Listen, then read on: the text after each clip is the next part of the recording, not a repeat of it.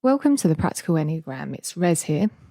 The IEQ 9, which is short for Integrative Enneagram Questionnaire 9, is a dynamically adaptive intelligent assessment developed by a South African company, Integrative Enneagram Solutions.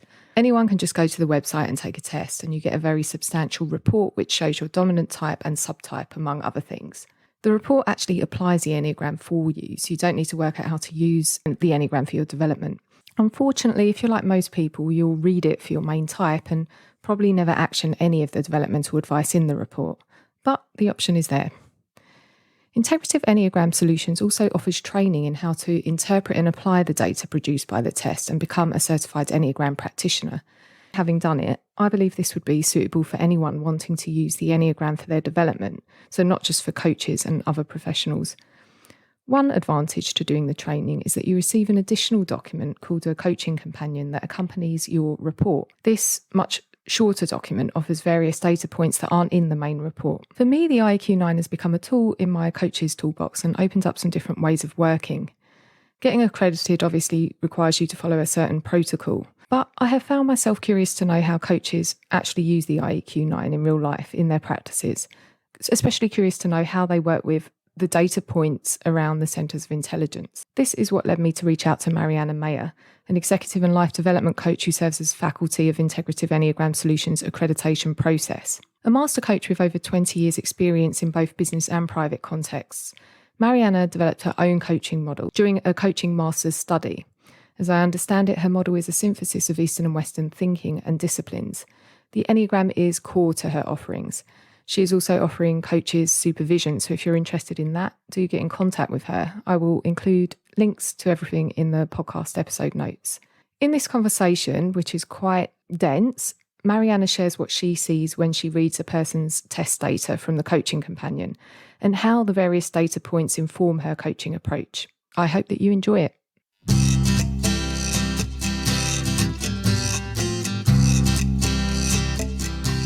So, Marianna, I'm really happy to be speaking with you. Thank you again for taking the time to do this. How are you doing? Thank you. I'm good. Thank you, Razan, and thank you for inviting me. I'm delighted to be talking with you today. Great. So I know you've been coaching for over 20 years. You said you brushed with the Enneagram in the early 2000s in the process of developing your own coaching model, which you were doing during your master's. Can you say a little bit about what you experienced when you came across the Enneagram and why you knew you couldn't just, grab at pieces of it to incorporate into your model? Well, it was literally that. During the course of my master's study, we developed our own coaching models.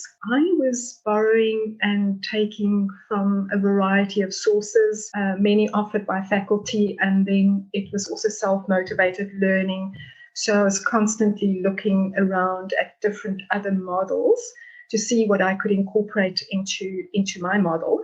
When I looked at the Enneagram, I saw that it was a substantial model and that there needed to be a lot more knowledge and possibly an assessment to determine a person's type before I would be able to work with the Enneagram. So I set it aside straight away and didn't look at it until about 2014. And I'm curious to know how you hold the Enneagram. So the Enneagram is a depth psychology model. So it gives us some descriptions of our character and then also would give us an idea of where concentration of our adopted behaviors have been cladded onto these deep drivers. So looking at the Enneagram, it is literally an incision into the diamond to look very deeply into a person and to obviously work very helpfully. But of course, as all models go, it's not who we truly are or all that we are. And that is how I work with the Enneagram. You returned to study the Enneagram in 2014 when you met Dirk Cloet. Is that how you pronounce it? Dirk Cloet?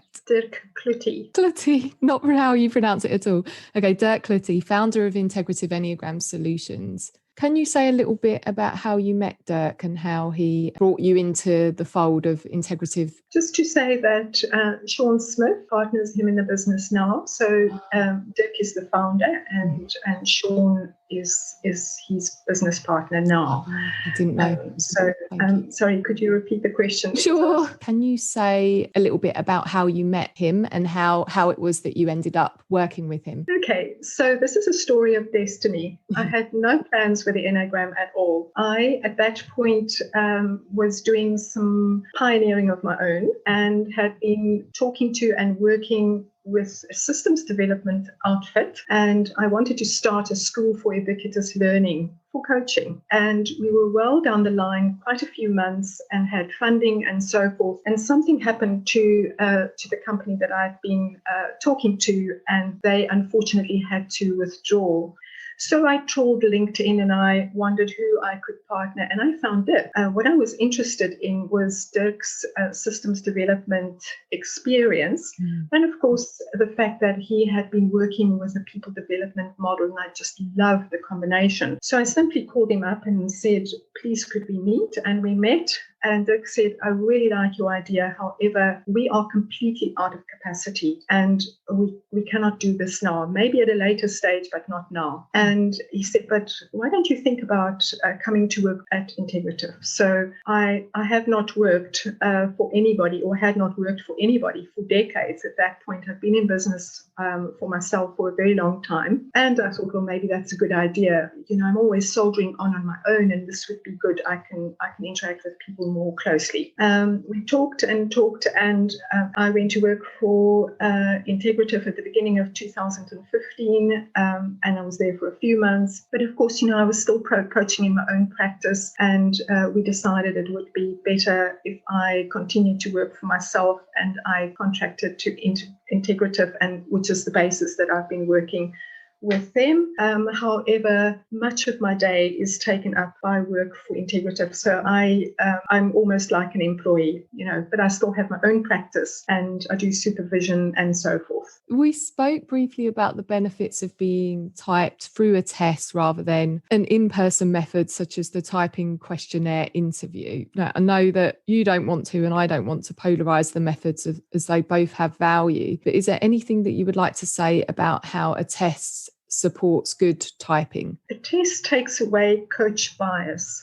One of the biggest struggles of coaching is to keep own bias out of the coaching process. And of course, if you're trying to type someone, and I'm speaking from my own experience, and I'm not trained in the narrative tradition, and I don't know the methodology, and I don't know the training, but simply just as a coach, I feel that a test does away with that.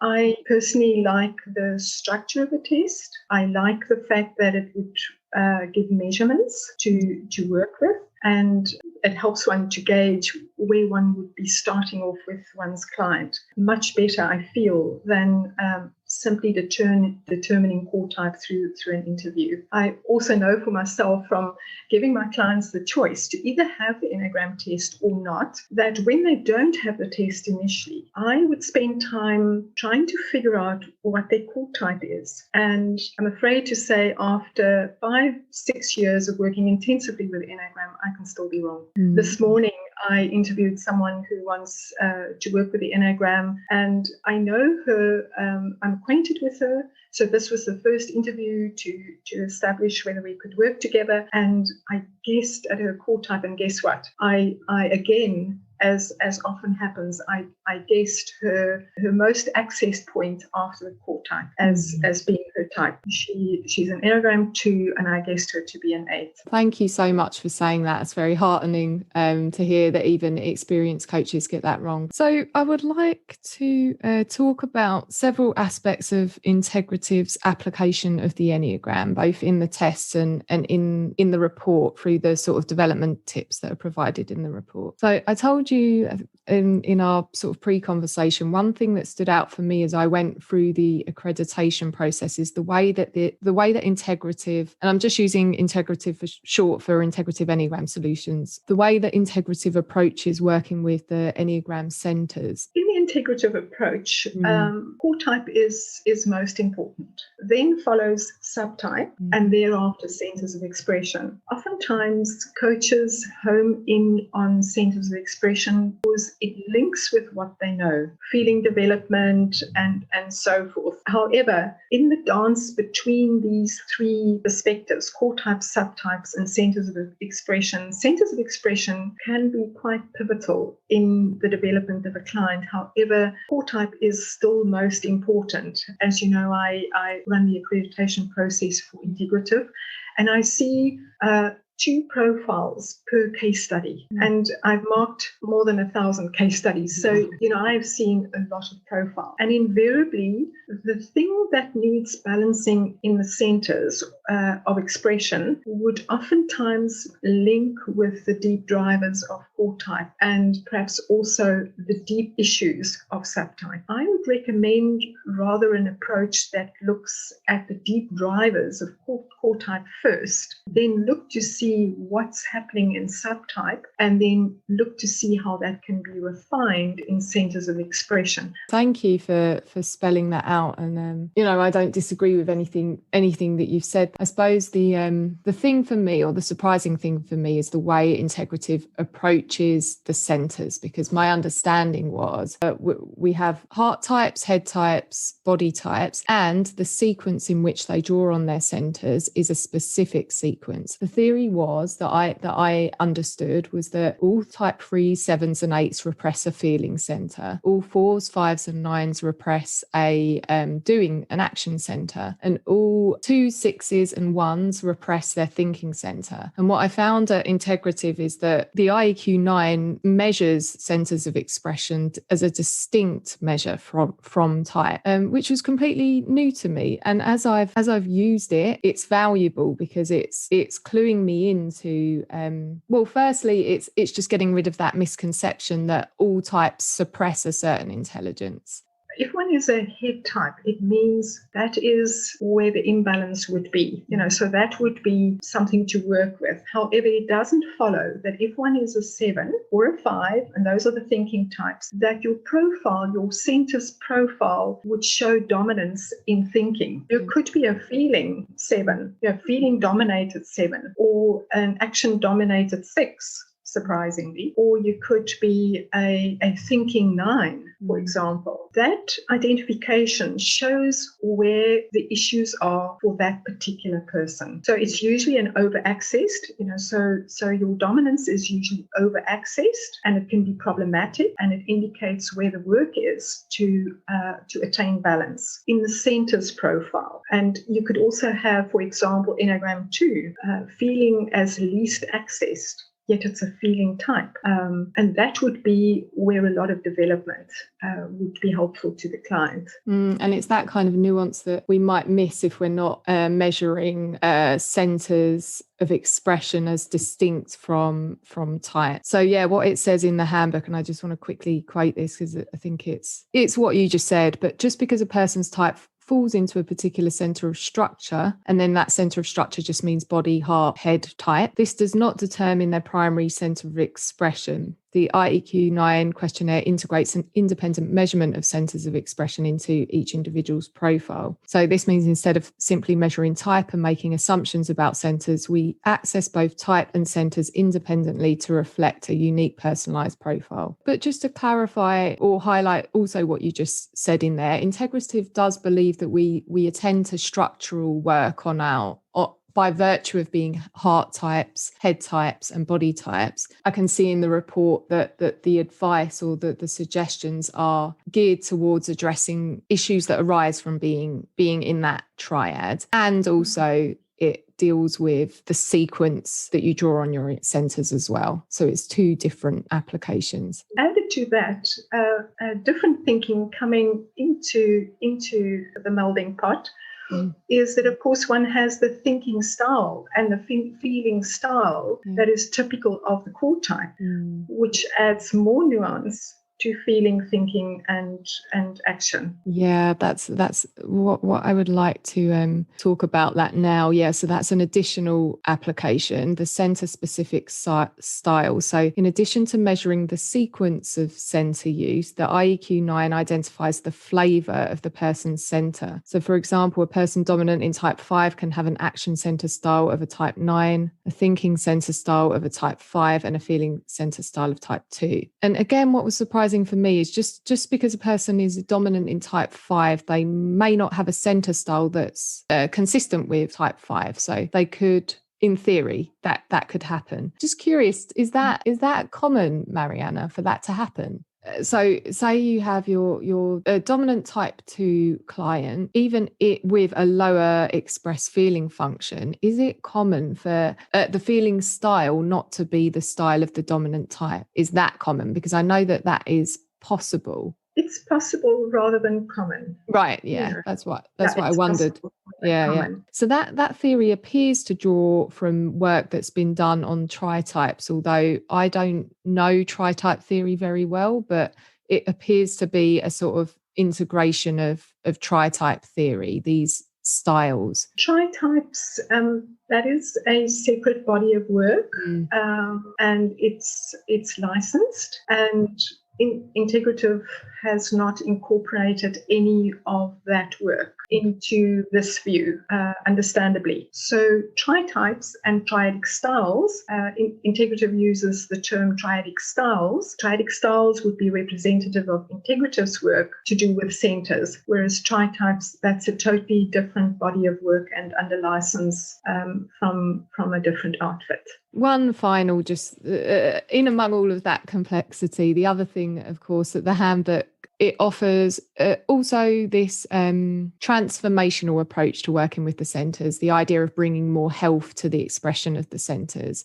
So that's something else that you're sort of bringing in when you use the integrative approach. Can I ask that? I'm going to ask like a series of questions now, Marianna. I hope it's okay. But what informs your discernment of which of these applications to emphasize when you're coaching someone? Because there's quite a lot there, I think. Which is the most important application with the centers? And does anything get lost on focusing on having all of those applications versus just working with the centers of structure? So my personal approach to coaching is less is more, and I like to distill things to the most salient and the most important, and then work through time with more and more detail.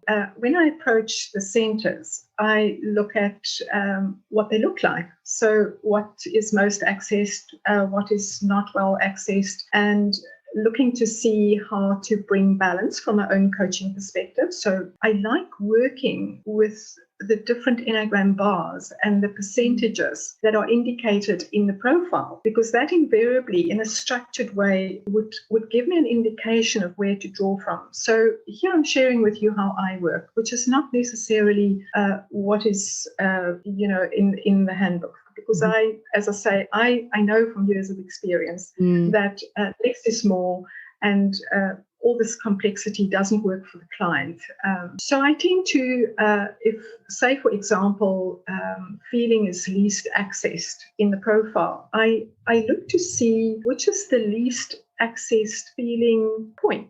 So the feeling points are 2, 3, and 4. And if Enneagram 4 is least accessed of the feeling points, that is the gateway to go through for me working with my client. Then I know we would want to focus on developing more access to own feelings, internal feelings, really getting to the heart of the matter, looking at them very truthfully, because invariably there is an avoidance to not really go there.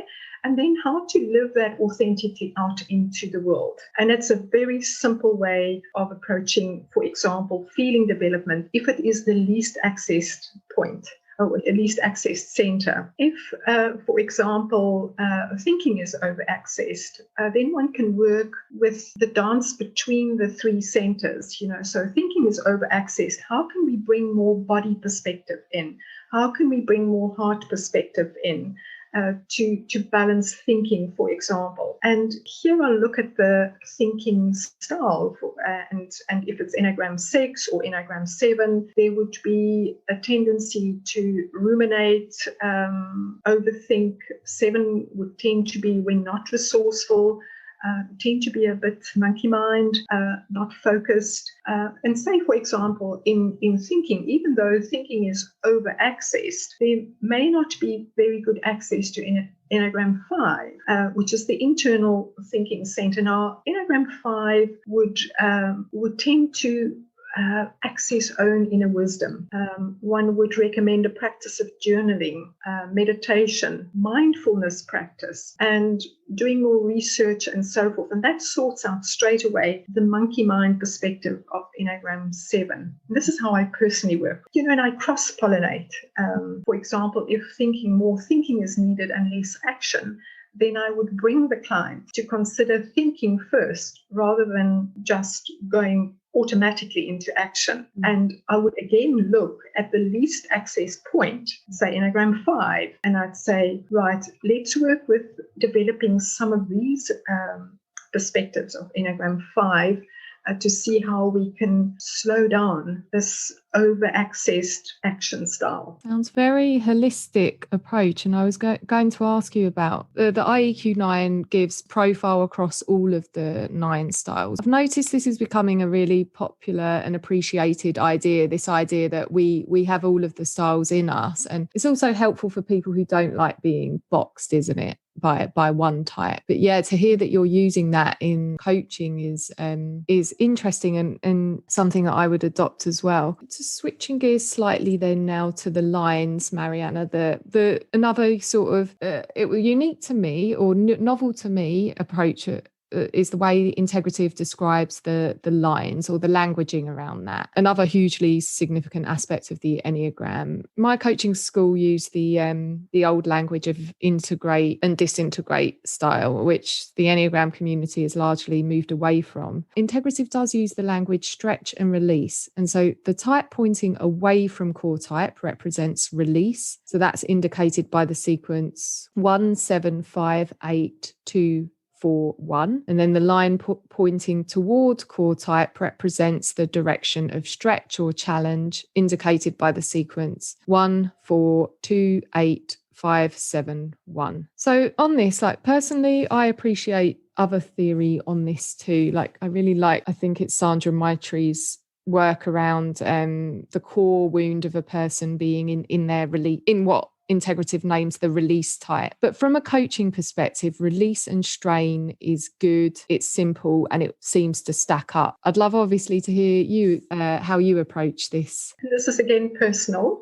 I think that as fledgling practitioners, it's really helpful to work with stress and release lines because it kind of gives a bit of a recipe to call on in perhaps a model that's still fairly confusing. However, as one gains experience, and you'll also see that Integrative holds this view, that drawing on lines equally, that's actually valid as well. And that's the way I work with lines. I don't go to stress and release, and that's how I personally work with lines. However, I want to bring in something here, which is not a question in your interview, but it's very valuable in my work with the Enneagram, and that is the least accessed point in the profile. So the least accessed point of the profile, and this is from Jeremy Wagner, he says it's often a good place to start to develop the client, the least accessed point.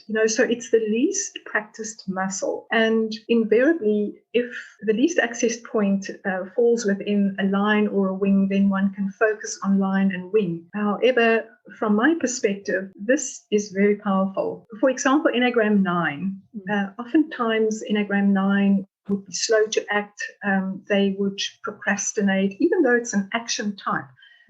This is in their deep psychodynamics, to be slow to act and not to act and to go to sleep and so forth. So the virtue of 9 is right action. And frequently one will see that Enneagram 8 is least accessed in a 9 profile, Enneagram 3 or both. And so these are then the least accessed points are then perfectly poised to work with the deep psychodynamics of Enneagram 9, simultaneously also work with the centers, because if there could often be low access to action for Enneagram 9. And so straight away one is able to address that. And in many ways it will then flow into subtype as well. So the least access point holds a lot of power.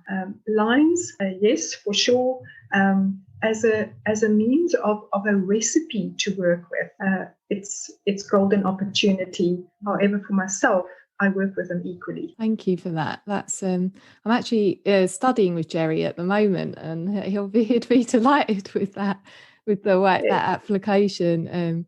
And actually, yes, since having my tests, I have a very low score for 6, and I've been asking myself whether I can turn up my awareness of risk. It's a sort of like reflection I'm doing periodically, and not that 6 is all about risk awareness, but 6 is also a relationship building point.